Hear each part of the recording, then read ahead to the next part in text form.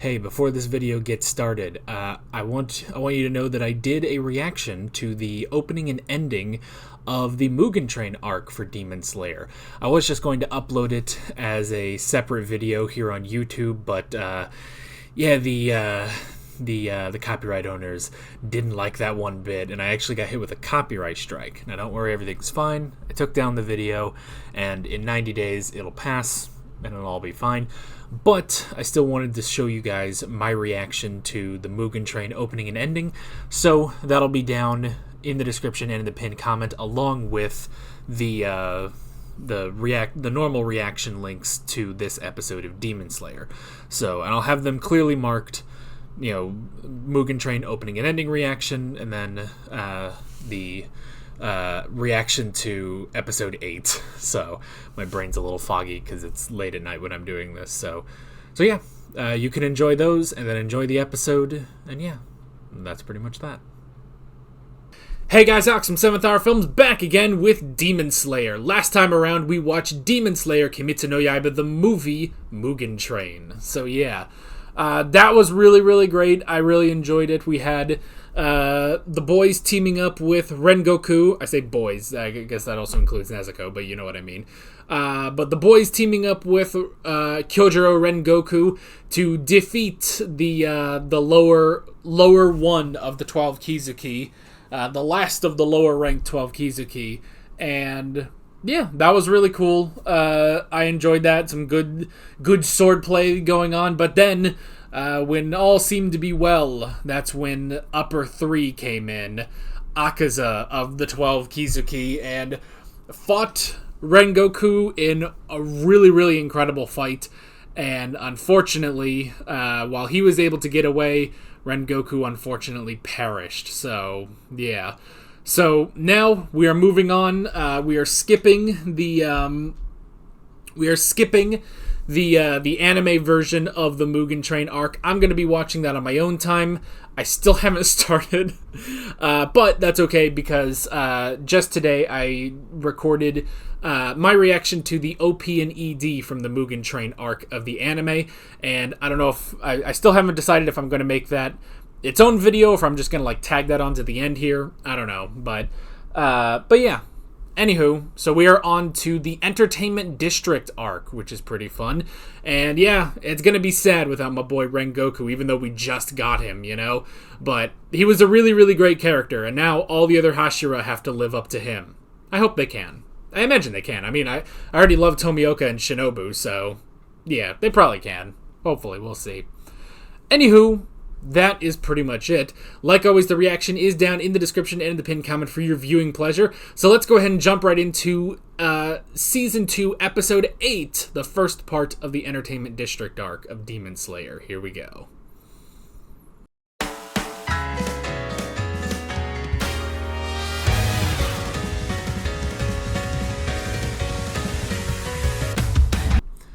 Out of curiosity, are they all that long, or... No, this is just a special episode. That makes sense. Okay. That makes sense. That makes sense that this would be its own thing, basically. Because you have to deal with, you know... You have to pretty much wrap up the Mugen Train movie and start moving on. But I saw this episode, you know, titled...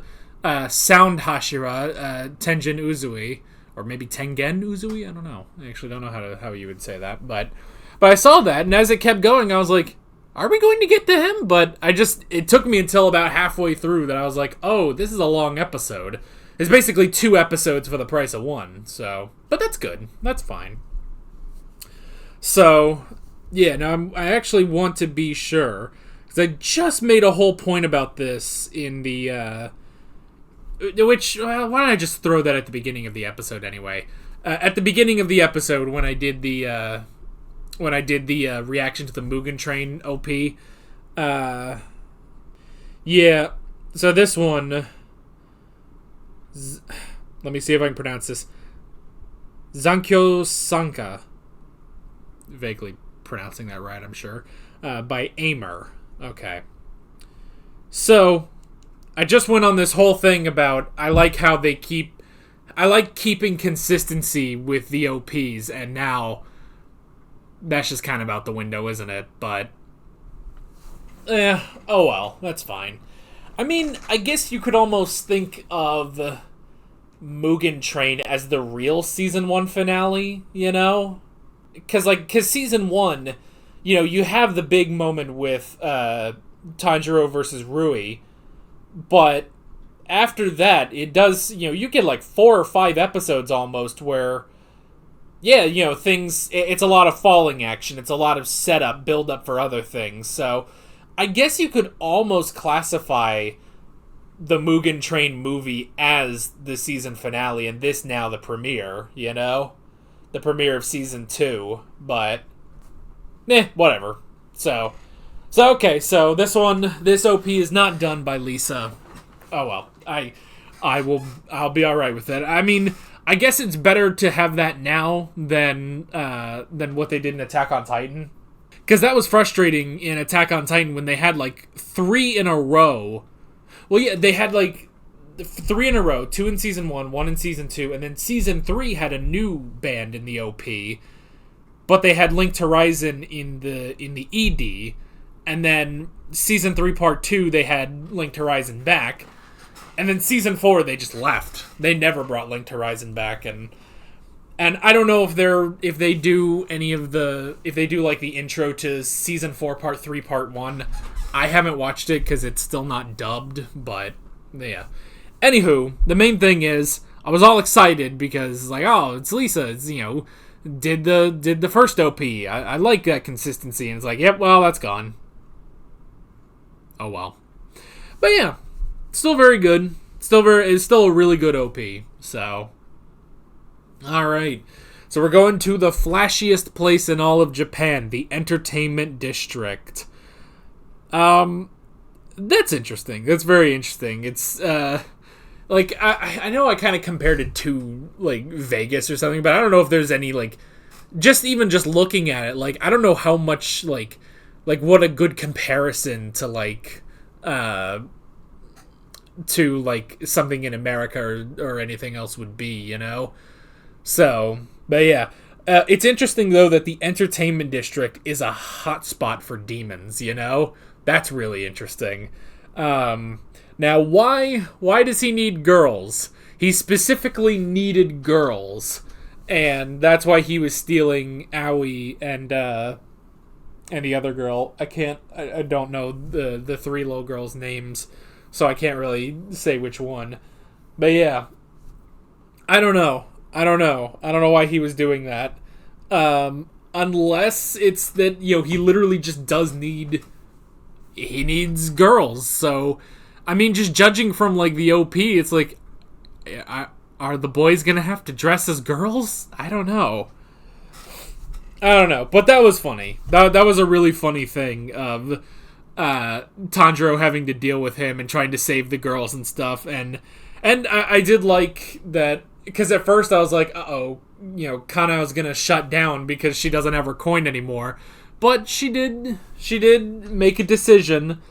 She followed her heart and tried to stop him, you know? But I like it because, you know, you could see it as this, like, serious thing, like, oh, you're disobeying a Hashira. But then they just kept making it goofy, you know? So I enjoyed that. But it's interesting that he specifically was trying to take girls from the Butterfly Mansion, you know? So that was funny. Anyway, but the rest of this episode, so Muzan was a kid? What's he up to? What is he up to? Because the first time we see him, he just is. You know, he's just in his normal form, the way we normally see. Although, I guess this calls into question, is that his normal form?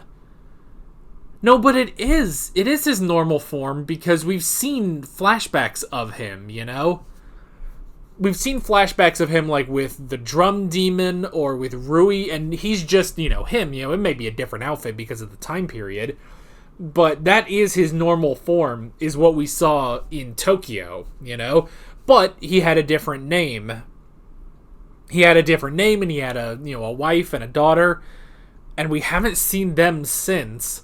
But we have since seen him first disguised as a woman, which was interesting, but now disguised as a kid. And again, like, I was watching that, like, okay, so is this kid a demon? But then it's like, oh, he's not just a demon. He's Kibutsuji himself. Like, why? Why is he doing this? Is he literally that bored, you know? I mean, I don't know. The man's 1,000 years old, so I don't know. And then, yeah, he did give Akaza crap for not killing Tanjiro. You know, it's like, oh, you only killed a Hashira. That's not impressive for a member of the 12 Kizuki, you know? So yeah, that is really interesting. And now, Akaza now has a grudge with Tanjiro, so that'll be our big... And, because I immediately thought of that last episode or last episode, I mean, in the movie, where it's like, okay, so in the future we'll get Tanjiro versus Akaza, and he will avenge Rengoku. So yeah, that's definitely going to be a thing. And then he destroyed his sword. It's terrible. But yeah. But we did learn something from going to the Rengoku household. Sun breathers, which apparently they must be really rare. But sun breathers, the original breathing technique. Honestly, it kind of reminds me of the Sun Warriors in Avatar: The Last Airbender. Like, oh, these were the original firebenders, you know? Even though it's still basically the same thing, you know? But yeah, so the Hinokami Kagura dance is sun breathing. And it's possible... I guess it's possible that Tanjiro's father was a demon slayer, you know? Maybe he was, you know, when he was young, and then, you know, he got sick or whatever and he had to retire. It could be the same as Mr. Rengoku, you know? The father. So, it could have been, except he didn't become an asshole, you know? But yeah, sun breathing is the original and most powerful technique, and all other breathing techniques are just imitations of sun breathing. So that's interesting. That is really interesting. And again, even though, you know, the Flame Hashira Chronicles are destroyed, you know, even though he destroyed them, at the very least Tanjiro did get a good lead, you know? He did get a good lead that the Hinokami Kagura is sun breathing specifically. And also just the fact that it's the earrings that signifies. Now it makes you wonder if Muzan knows about that, which is why, you know? I don't think he does, you know? I don't think he does. I think it's specifically, you know, he just sees the Hanafuda earrings and he's like, you know, this is someone who has the potential to defeat him, you know? Because the last person to wear those earrings was that powerful because they were using sun breathing. But I don't think he knows exactly that it was a sun breather and that Tanjiro could potentially do that, you know? But yeah. And it makes sense that sun breathing would be the most powerful because the sun is the other thing that destroys demons, you know? So that's really cool. I enjoyed that. And yeah, that whole thing with... I mean, this is twice in one episode, Tanjiro had to deal with a Hashira, you know? One time was goofy, one time was not, you know? He may be a retired Hashira, but Mr. Rengoku, Sr., he's still strong. He did headbutt him, though. So, yeah. So that was interesting. And then, you know, it's an interesting thing, because your immediate thought when looking at Rengoku Sr., is like, oh, you know, this asshole, he's disrespecting his own dead son and everything, but you can obviously tell he's gone through a lot, you know? Something really happened to him to make him this way. And, you know, the only way he knows how to deal with it is with a drink, you know? And he just has this depression and this despair and this hatred in him. But it did affect him that his own son died, you know? That his own son was killed by a demon. So I did like that at the end, giving him Kyojiro's words of, just take care of yourself, and that broke him, So that was good. And yeah, good scenes between Tanjiro and Senjiro as well. I really enjoyed that. There are no shortcuts in life. There are no shortcuts in life. You just need to work on. You gotta work on it. You gotta work on whatever you're doing. You can't find this great thing and just instantly become more powerful or stronger or anything. And I did like how, even though Senjiro was worried about, it's like, oh, I want to, find my own, I want to find my own path, but that'll mean that the legacy, the lineage of the Flame Hashira is done. It's like, well, dude, you can't think about that, You have to find your own path, and that is exactly what Kyojiro wanted for him, so that was good. A lot of good stuff there. And then, 4 months passed. The boys were training. I like that it's specifically... Because at first I was like, oh man, they were out for 4 months. Well, no. It's just that 4 months have passed, and they've been going on different missions and stuff, So I enjoy that. That was a really good... That was a good thing, is that, all right, we're getting past, the rehabilitation and everything. We're just going to move right along, 4 months had passed. I also do like that it's they basically have a home in the Butterfly Mansion, Shinobu will always take them in, But it makes sense, that, she has this sort of investment in them, and they get along with the girls there, So that was good. But then, I did enjoy that little goofy moment with Uzui. That he's trying to just steal girls for his mission, and I like how they point out it's oh, the little one. It's oh, she's not even a member of the Corps. She's not wearing a uniform, and he just kind of looks at her and he's like, oh, my bad. And it's well, I'm taking this one anyway. I'm taking Aoi. So, and that is true. She is a member of the Demon Slayer Corps. She did make it through final selection, but she's not really a swordsman. She's not a fighter. She admits she's not that good at it, which is why she helps around the Butterfly Mansion. So, but then the boys are ready to step in, and I love both Zenitsu and Inosuke getting there at the same time, and at the same time, just having that really cool entrance for them. That was nice. So yeah, that was good, and they're off to the entertainment district. You'll never find a more wretched hive of scum and demonry. So yeah, the entertainment district. What's going to be happening there? I have no idea, but it's going to be fun. And we also have another Hashira that we're going to. So that's 4 now that we're